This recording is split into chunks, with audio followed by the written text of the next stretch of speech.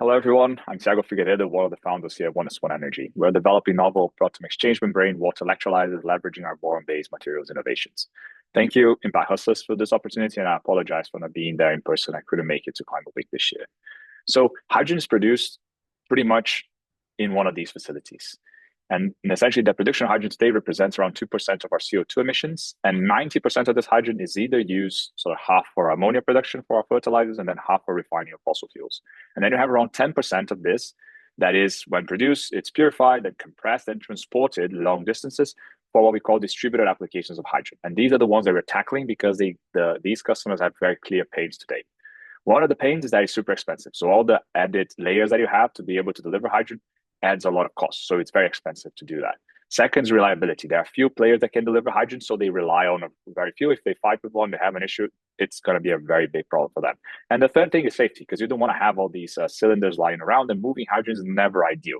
So you have several companies like in pharmaceuticals or hydrogenation that actually do that, that rely on these hydrogen. But we're talking a little bit more today about the refueling stations. Let's say here we are based in Europe. We have many popping around the continent, and most of them actually rely on the supply of hydrogen to them. What we want to do is replace that with hydrogen generators. So essentially being able to enable like bus fleets that would run on hydrogen. So you can have that, or you can have refueling stations that would enable like long distance traveling for long haul mobility, and eventually even having for current public transportations in the city that are much more modern, emit a lot less CO2, and essentially being able to then produce the hydrogen on site instead of moving it, which will also reduce quite a lot of the costs compared to hydrogen, but also eventually compared to current internal combustion engines, because instead of moving the fuel, we just produce it on site. And that's the general idea of what we're trying to make. And how do we make hydrogen so much cheaper from what it is today? To essentially what we can do. And the main thing is that we are working on breakthrough innovations in material science. So we started working, we went all the way to the guts of the electrochemical cells, replacing the components in there with novel ideas. If you want to take one thing away, is that we are the only company in the world that has managed to upgrade the proton exchange groups and proton exchange membrane. So this technology is used by companies such as Siemens, such as Nel, Plug, in the fuel cell segment by Toyota, Hyundai. So these are large companies that have been relying on the same proton exchange groups for a long time. We managed to replace them with new ones. It works.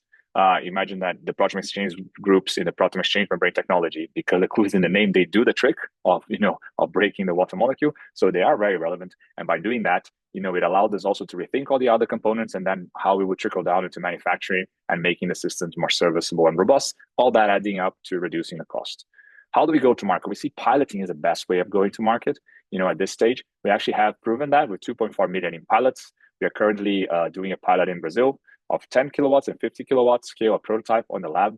In Brazil, there's a very interesting opportunity. So utilities and oil and gas companies have to invest up to 1% of the operating income into R&D projects. So that allows us to work with what will be future customers for us, but also enabling pilots that are super interesting for us and for them. So one thing that we can do, a continuation, it would be, for instance, work on a pilot that demonstrates a refueling station together with a utility or an oil and gas company funding this project. We see other companies doing that. What we want to do is do it much better and prove that we can produce hydrogen more cheaply by doing that. So that will be the goal, and continue up until when we have our systems market ready. And then for larger applications, that will be mostly the ammonia, steel, oil and gas, etc., that I mentioned at the beginning. The idea would be then partnering with EPCs or electrolyzer incumbents to, that can leverage our electrolysis stack, which is kind of the heart of the system, or the engine, if you want to call it. And that's where most of our technology lies. So that's how we see ourselves going to market.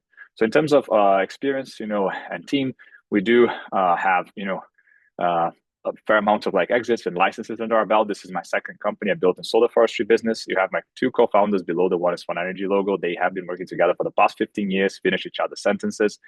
And we recently also engaged in a JDA, an investment, and also licensing part of our technology with a large Japanese company, which would be very strategic and will form the next round. We are raising 2.5 million with 1.1 committed. The idea is, leveraging our relationship with the Japanese to produce new materials, get to the final product definition of a 50 kilowatt, the initial product, and then leverage customer interest to move to commercialization on Series A, leveraging public funding that we have approved here in the EU, to eventually get to the end of 2028, and then either sell the company or raise a large round to be able to then move into scaling up manufacturing. So this is us, cheap hydrogen by upgrading the PEM. Please look at the QR code if you're interested in talking more, and I'm happy to continue our conversation. Thank you.